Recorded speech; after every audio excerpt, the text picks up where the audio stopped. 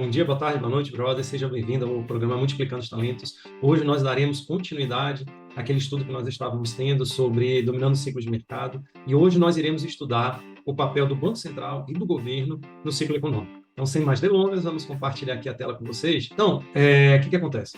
Nós temos duas figuras, vamos dizer, do ente estatal, no papel do ciclo econômico. É o Banco Central, que exerce um grande papel, ele exerce um papel monetário, e tem um fiscal, que é o governo. Tá? Então, primeiro nós vamos abordar o papel do Banco Central. Inicialmente, o Banco Central ele foi criado para apenas emitir a moeda, mas conforme foram ocorrendo as inúmeras crises econômicas no mundo, principalmente desde 1929, né, o Banco Central, todos os países acabou assumindo o primeiro papel dele, o primeiro mandato, que é, além da emissão de moeda, o controle da inflação. Então, o papel dele era limitar o crescimento da economia, quando ele estava gerando um processo inflacionário, principalmente ali que ocorreu na década de 70, 80. Então, ele tinha esse papel de controlar o crescimento, porque o crescimento da economia que gera a inflação. E logo depois, né, que ele começou a exercer esse mandato, ele gerou o quê? Uma recessão, uma crise econômica. Porque ele sempre está trabalhando de uma forma contracíclica, que a gente viu anteriormente, né? Se você ainda não viu, assista os vídeos anteriores sobre compreendendo ciclos de mercado. Então, ele, conforme a economia vai crescendo, ele vai gerando um processo inflacionário, porque é um desequilíbrio de oferta e demanda. As pessoas acabam contratando mais, comprando mais, e aí nessa situação o Banco Central ele começa a exercer um controle no ciclo econômico para desacelerar a economia e controlar a inflação. Porque uma vez descontrolada gera um grande distúrbio social. A gente vai depois gravar um vídeo sobre o processo inflacionário para que você possa entender mais, mas ele gera esse problema. Então, ele limita o crescimento da economia, e a gente vai ver de que forma daqui a pouquinho, só que quando ele limita o crescimento da economia, ele gera recessão, contração, crise econômica, demissão, empresas quebrando. E aí, nesse momento, eles verificaram que o Banco Central também deveria exercer um duplo mandato, um segundo mandato, qual seria estimulação de emprego. Então, veja que são duas coisas contraditórias, né? Ele, primeiro, precisa controlar a inflação, que ocorre com o aquecimento da economia, a gente vai ver quais são os fatores que isso gera, ou também ele deve, quando ele exagera demais na mão, que geralmente ocorre exageros do Banco Central, como está ocorrendo agora, né? A gente vai ver isso daqui a pouco, você acaba gerando desemprego, né? Você gera quebra na economia, e isso acaba forçando ele a estimular o crescimento da economia. Então, ele vai exercer um papel diferente do anterior. Então, ele começa a reduzir a taxa de juros, injetando liquidez no sistema, aumentando a oferta monetária. Então, a função do Banco Central, pessoal, justamente, ele é atuar de forma contracíclica. Isso influencia a nossa vida de uma maneira geral, como a gente vai ver. Tá? Então, vamos lá. Então, o próximo papel dele, né, é controlar a inflação. Primeiro mandato dele. Então, o que ele faz? Para que ele controle a inflação, ele basicamente, pessoal, ele faz essas três ações aqui que estão na tela, né? Ele reduz a taxa de juros, ele compra títulos de dívidas das instituições, do banco, do governo, né? E alguns bancos centrais, inclusive, compram ações, como ocorre no Banco Central japonês, o Banco da Suíça, né? Então, os maiores detentores de ações do Japão é o Banco Central, que loucura, né? Injetando liquidez no sistema. Tá? Então, como é que ele faz, pessoal, para a redução da taxa de juros? Inclusive, hoje, né, dia 1º de novembro de 2023, uma quarta-feira, nós temos uma super quarta. Por que a gente diz super quarta? Porque é uma decisão dos bancos centrais dos Estados Unidos e do Brasil sobre a taxa de juros. Né? O Brasil, como ele começou a aumentar a taxa de juros antes do governo americano, porque a inflação aqui tinha tomado proporções altíssimas, você vê ali em 2021, o patamar que chegou a inflação, o GPM, o IPCA, INCC, então ele foi obrigado a aumentar rapidamente a taxa de juros. Por que ele aumenta a taxa de juros, pessoal? Porque quando ele aumenta a taxa de juros, ele força as instituições financeiras que concedem créditos para pessoas físicas, jurídicas, também a reduzirem esse fornecimento de crédito. Então, tira o dinheiro do mercado. Então, quando você aumenta a taxa de juros, você dificulta as pessoas a irem buscar empréstimos nos bancos. Então, por exemplo, você, em 2020, no auge da pandemia, quando as taxas Selic chegou a 2%, você pegava, por exemplo, consignado a 0,80. Então, você pegava 50 mil reais e pagava ali de parcela 700 reais, 800.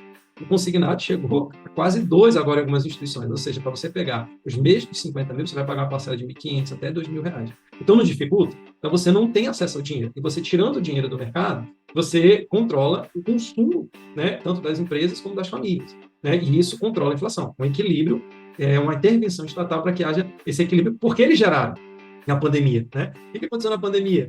Houve um problema de crise sanitária, as pessoas ficaram em casa, e houve uma interpretação equivocada do governo, né, e da população como um todo. As pessoas não estavam consumindo pela falta de dinheiro e desemprego. Na verdade, eles não estavam consumindo com medo de contrair o vírus, porque era algo muito novo, né, e estavam com risco. Terem medo e cuidado com sua vida, com a vida da sua família, então ficaram em casa. Então, houve uma queda brutal do consumo, né? Então, houve um desemprego em massa e tal. Então, os bancos centrais, o governo começaram a injetar dinheiro no mercado, literalmente, criando dinheiro, emprestando para os bancos com excesso de liquidez, emprestando para a população, ao colocar os programas sociais, né, quadriplicar, quintuplicar, né, os programas sociais.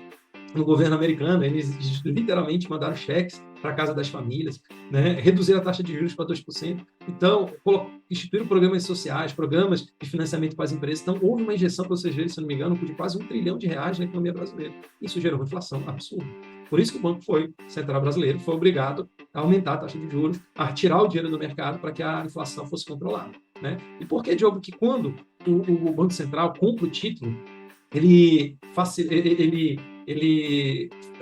promove, incentiva a economia? Porque, veja bem, quem que gera o título? Ou é o Banco Central, o governo, para financiar os seus gastos públicos. Então, o governo chega lá, verifica que não vai ter condições de arrecadar tanto de imposto, e ele vê que a receita dele, que é por meio dos impostos, da tributação, né, vai ser, por exemplo, 800 bilhões, e o gasto é 1 trilhão.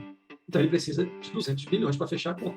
Então, como é que ele faz? Ele vai no mercado e fala, olha, vou emitir um título de dívida, eu me comprometo a pagar tanto de juros para vocês, e vocês me emprestam 200 bilhões. E o mercado empresta, né? O governo. Então, ele, na verdade, tira do mercado, né, essa liquidez e gasta, mas, de outra forma, esse dinheiro entra na economia por meio dos gastos públicos. Mas quando o Banco Central, que hoje existe essa independência, antes não havia, empresta para o governo, ele não está tirando a iniciativa privada. A iniciativa privada não está comprando os títulos do governo. É o próprio banco que imprime o dinheiro, o Bacen, emprestando para o governo, né? Então, além de o governo, né, a iniciativa privada não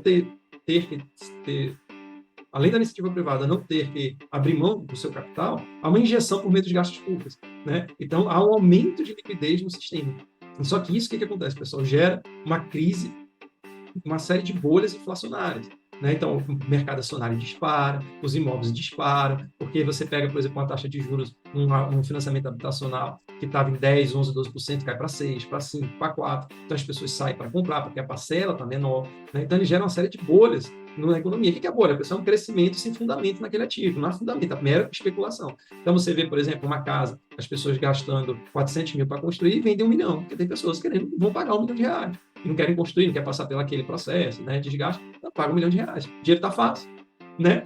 Qualquer um tem acesso lá, não tem muitas regras, muitos critérios, então você cria bolhas, né? E os setores que mais são beneficiados por essas distorções, a redução da taxa de juros, a compra de título, seja do governo ou dos próprios bancos, né? É o mercado acionário primeiro e depois o mercado imobiliário. Então, isso aí já é uma dica. Quando você vê a taxa de juros caindo, né, em compras de título pelo Banco Central, está injetando liquidez no sistema. Um excesso de liquidez, as pessoas vão investir, vão comprar imóveis. Então, é um bom mercado para você se antecipar. Agora, no momento em que as taxas de juros estão muito altas, como agora, né, por causa do controle inflacionário, né, e o Banco Central ele não está comprando, mas vendendo título, ou está deixando o título vencer, ele está enxugando a liquidez do sistema. Por quê? Ele está lá com o título e vai vender. Alguém vai lá tirar o dinheiro do mercado e comprar aquele título. Então, ele está tirando o dinheiro do mercado. Ou quando ele deixa vencer, o que está ocorrendo agora, né, ele também tira de maneira direta, porque o governo vai ter que pagar o governo, ao Bacen, aquele título, o resgate daquele título, né? Então é isso, pessoal. Quando o governo reduz a taxa de juros, compra título e injeta monetariamente, como é que é a injeção de liquidez também, um M2? Simplesmente o Bacen pode pegar e abrir empréstimos para os bancos na taxa muito baixa, e esses bancos, Banco do Brasil, Caixa, Santander, HSBC, vão ter muito dinheiro em caixa e vão poder emprestar para a população, reduzindo os juros. Então tudo isso é inflacionário, né? Ele promove o crescimento da economia? Promove. Mas ele também promove ele incentiva um endividamento excessivo da população. Tanto é que a população brasileira, historicamente, né, até 2002, 2003, era uma população que tinha pouca dívida e muita poupança. Mas com as linhas de crédito, a facilidade de créditos que foram surgindo, de imóveis, de casas, de veículos, de empréstimos pessoais, essa reserva foi diminuindo e as pessoas ficaram excessivamente endividadas. Depois eu vou compartilhar com vocês, quando mais para falando sobre a inflação, um gráfico. É um gráfico assim, exponencial do seu endividamento. Hoje, mais de 60% das famílias estão extremamente endividadas. Não tem condições de absorver mais empréstimos. Então, já esse incentivo por liquidez, de facilitação de empréstimo, né, já vai sendo prejudicado. Só que o governo vai criando artimanhas para contornar isso. Por exemplo, tem a lei dos superendividamentos, que suspende o pagamento de dívida, aumenta o percentual de consignado, antes era 30%, agora está em 45%. Então, para o quê? Para incentivar o endividamento da população e, por sua vez, o crescimento da economia, né? Só que o que acontece? Quando isso bate topos históricos, né? Gera inflação, gera uma distorção. Aí começa a gerar inflação, as famílias começam a sofrer, que é aumento do custo de vida. Então, por exemplo, o supermercado vai pular de 2 para 4 mil. Inicialmente é muito bom, né? Empréstimo, dinheiro, circulando, todo mundo feliz, mas isso vai trazer uma conta no futuro, né? Então, a gasolina vai disparar, o combustível vai disparar, porque a inflação é um efeito monetário, como nós já vimos, né? Mas a gente vai tratar isso com calma depois. Então, é um efeito monetário. Então, as pessoas não têm essa noção. E isso gera uma distorção absurda. Aí o Banco Central é obrigado a controlar. Então, ele promoveu o crescimento da economia? Promoveu, mas gerou inflação. Agora, ele precisa o quê? Controlar a inflação. Aí ele faz o quê? Aumento da taxa de juros, venda de títulos e retirada da liquidez. Né? Então ele começa a restringir o crédito, ele começa a aumentar a taxa de juros, ele começa a vender seus títulos e vai tirando dinheiro. As pessoas não têm mais dinheiro, as pessoas estão endividadas, porque se endividaram, não tem dinheiro, então eles param de consumir, de contratar. Só que isso gera o quê? Falência, desemprego, recessão e falência. E quem que sente primeiro? Se na inflação, quem sente primeiro é o mercado acionário imobiliário, né? Na recessão, na crise, quem sente primeiro também é o acionário imobiliário. Por isso, pessoal, que quando você começa a aumentar a taxa de juros, o mercado acionário começa a cair. Os imóveis começam a cair, a venda, só que é algo gradativo, né? E aí, o que acontece? Vai gerando um desemprego. Isso é um processo, pessoal, há um delay, né, na política econômica. Então, não é que o Banco Central começou a aumentar hoje a taxa de juros, e daqui a um mês já está tudo conta, não. Ele vai aumentando ao longo, às vezes, de 1 ano, 2 anos, e você vai sentir aquilo no outro ano, às vezes, 2, 3 anos para sentir efeito. Mas quando já começa a sentir o efeito, do aumento da taxa de juros, vende título, retirada de liquidez do sistema, que a gente já explicou como que ocorre isso, né? Você começa a ter falências, desemprego, recessão, né? E aí, o que acontece? Ele é obrigado a voltar para aquele primeiro momento, gerar emprego, é o segundo mandato dele. Aí ele faz o quê? Reduz a taxa de juros, compra título e aumenta a liquidez. Então, por isso que é um ciclo econômico. Né? E aí você tem várias classes de ativos que nesses ciclos econômicos que o Banco Central promove, né, ele gera o quê? Tem bonds que se beneficiam, tem um momento certo, a gente vai ver já isso daqui a pouco, commodities, ações, né, o reserva de valor, que é ouro, Bitcoin, né, criptomoedas, mas o Bitcoin reserva de valor, as criptomoedas, como um momento de crescimento, eles se beneficiam muito. Né? Temos os REITs, os imóveis físicos. Então, dependendo de cada fase do ciclo, você tem ativos que se beneficiam, a gente vai verificar isso. Então, o importante que o Howard Marks fala, né, no livro dele, Dominância do Mercado, é você compreender em que momento do ciclo nós estamos e quais são os ativos que se beneficiam desse momento. Né? E eu já te digo, nós estamos num momento recessivo.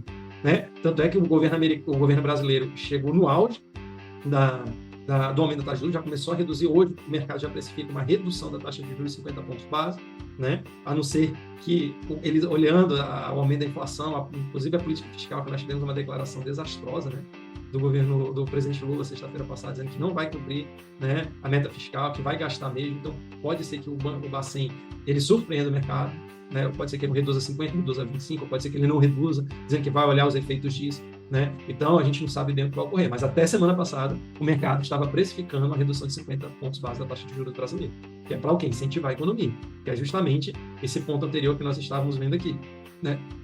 Que é a redução da taxa de juros com título de injeção de liquidez, mas pode ser interrompido. Então, isso aqui não é determinístico. Já no governo americano, a gente, ele, teoricamente, ele chegou no teto máximo da taxa de juros e o mercado está precificando que ele vai manter.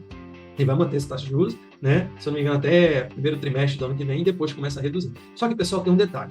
Quando a gente vem do aumento maciço da taxa de juros, como a gente viu no Brasil e a gente viu nos Estados Unidos, depois do processo inflacionário que ocorreu na pandemia, quando o governo começa a reduzir a taxa de juros, nesse primeiro momento, ele não é muito bom para o mercado acionário. Tanto é que, geralmente, nesse momento, o mercado acionário está quase batendo o topo histórico, como a gente está acontecendo na Nasdaq, no S&P 500, no Bovespa, né? Então, quando ele começa a reduzir a taxa de juros, é porque o negócio não está bom. Está tendo falência, está tendo recessão, está tendo desemprego. Então, para o mercado acionário, esse momento não é bom. O que vai ser bom? Os bondes. Então, como a gente falou, hoje, antecipando, é um bom momento de você se expor à dívida longa dos Estados Unidos, que é o título mais seguro do mundo, a título do governo americano, de 30 anos. E o melhor ativo para você se expor, como nós falamos anteriormente, no vídeo do portfólio permanente, é o TLT. É um ETF nos Estados Unidos, por meio da Evelyn, que você pode comprar. Então, como houve um aumento da taxa de juros e vai começar a reduzir, quando a redução da taxa de juros, o título aumenta. E detalhe, pessoal, o governo ele não consegue controlar a taxa longa de juros, só a taxa curta. Né? Quem controla é o mercado. Então, o mercado está extremamente pessimista com a taxa longa. Então, é um investimento de longo prazo excepcional. Então, vocês vão ver que no ano que vem, na minha opinião, os ativos que mais vão ser falados na mídia é o Bitcoin, primeiro. Depois, os bonds, de 20, 30 anos do governo americano, que é o TLT. E, por último, o ouro e prata, que são reservas de valor. Né? Então, Bitcoin, bonds de 30 anos do governo americano, que é o TLT, o ETF. E, o que mais? Ouro e prata. Então, esse é o momento do ciclo econômico, que a gente está num momento de contração da economia recessiva, que são ativos que mais se beneficiam nesse momento, tá bom? Olha, pessoal, como o vídeo ficou muito grande, nós vamos dividir em duas partes. Já já a gente volta para a segunda parte, tá bom?